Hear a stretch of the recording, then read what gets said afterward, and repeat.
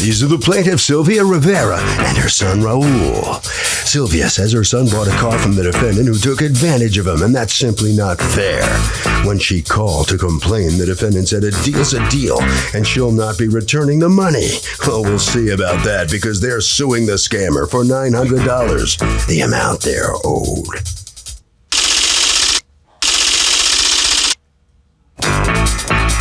This is the defendant, Carolina Rodriguez. She says the plaintiff, Raul, bought the car, drove it home, and not 24 hours later, his father called, saying he'd changed his mind and wants his money back. Well, she's sorry, but life just doesn't work that way. And he can't just change his mind and expect everyone to jump through hoops because he had a change of heart, right?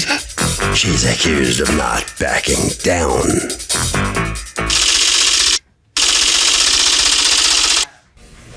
All parties, please raise your right hands. And welcome back to the People's Court. Next case in the docket, the plaintiffs say the defendant took advantage of them in a bad way over the sale of a car.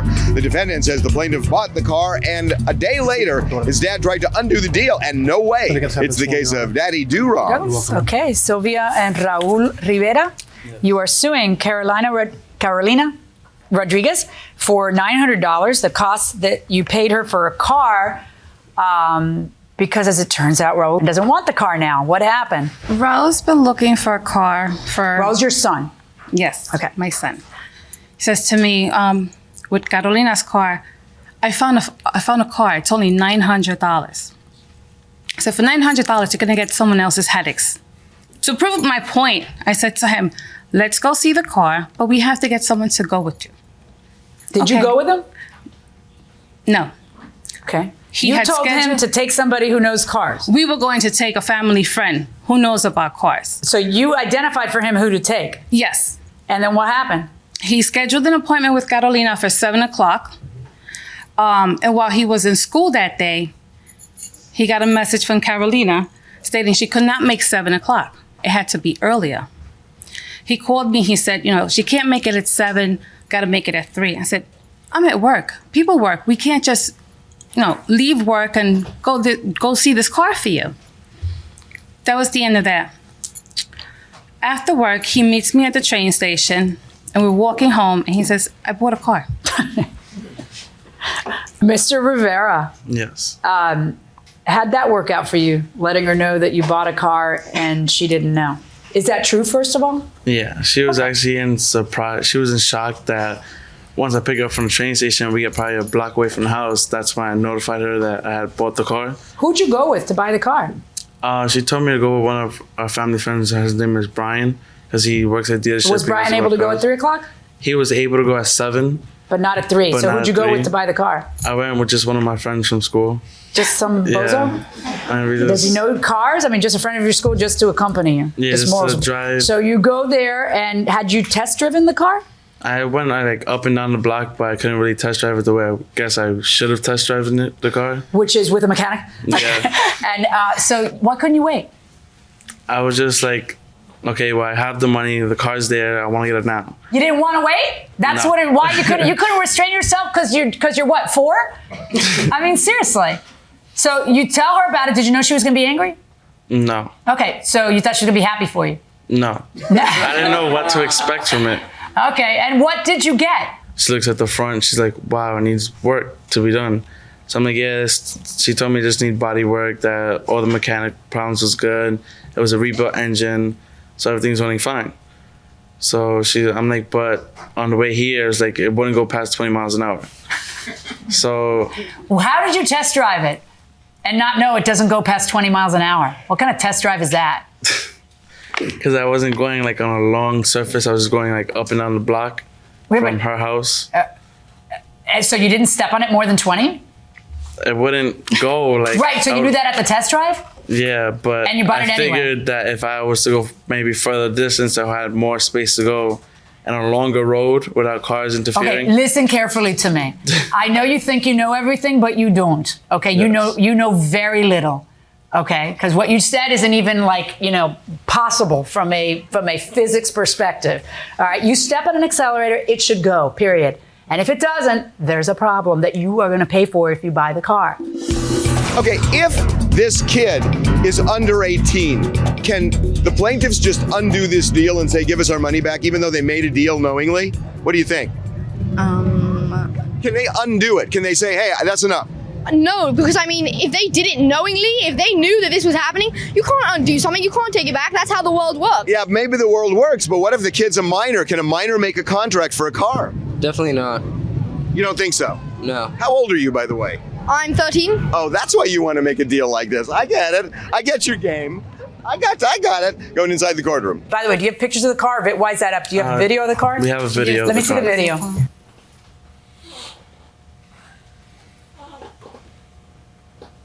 What kind of car is this? 1985 Pontiac Firebird. Okay. It obviously needs a lot of body work, but it's sexy. Right? Okay, talk to me. What's your side of this? Tell me what's going on. I had a car. I advertised it on Craigslist. Mother's Day, he comes over to look at it. He wants the car. I told him everything. This is what's wrong with it. It needed. What was wrong with it? Not necessarily wrong with it. It's mechanically sound. What it did need is a lot of body work. Okay.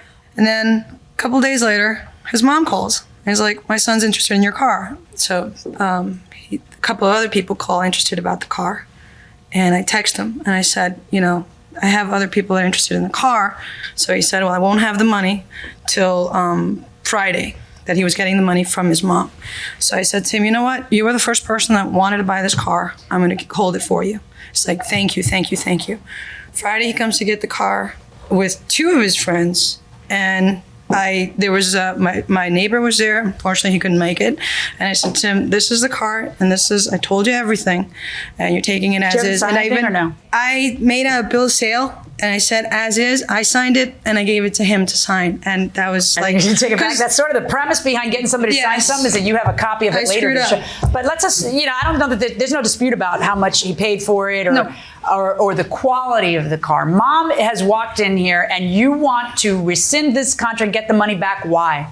Because he's a minor. Okay. Now, you feel that mom is using that as a pretense because she was a part of this transaction. Absolutely. Because he told me he was getting the money from her and she agreed to it. And then the next day his father calls and says he changed his mind. But when he tells you how he has to talk to his mom, or his mom's giving the money and all that's why he was late on Friday. Right, I know. But that wasn't maybe a red flag that you should check and see and card him?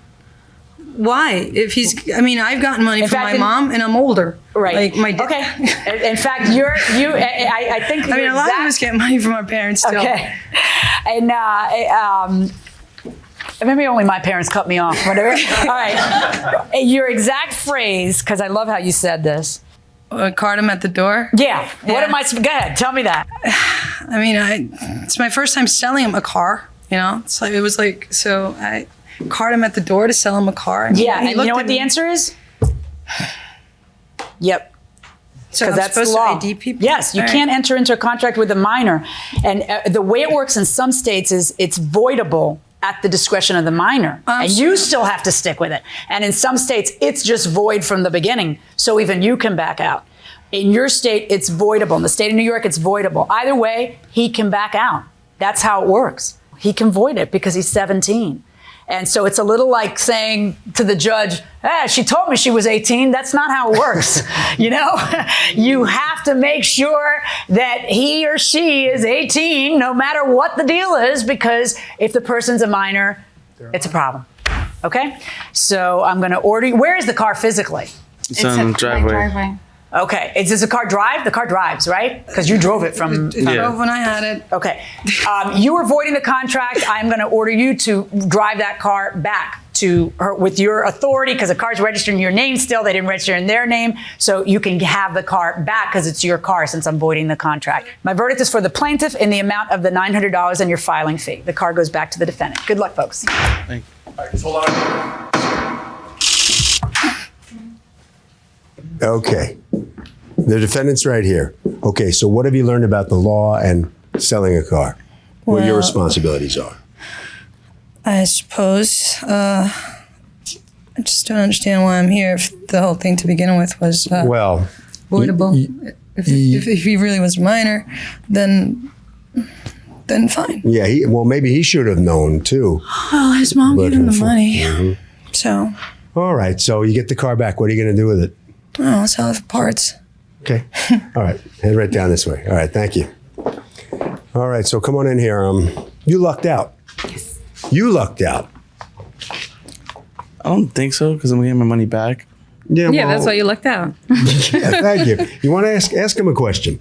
Like, what were you thinking? How about that? I asked him that already. I think he learned just the lesson. Did you?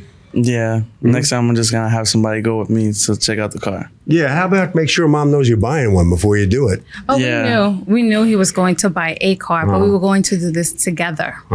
Yeah. Yeah. She had no idea I was actually buying it the same day. Over to Harvey. Okay, Kurt, on big ticket items, I don't care how convincing the minor is, and even if the parents say, go ahead, do not make the deal. Do not make the deal with a minor. Make the parents sign, and that will make the contract enforceable.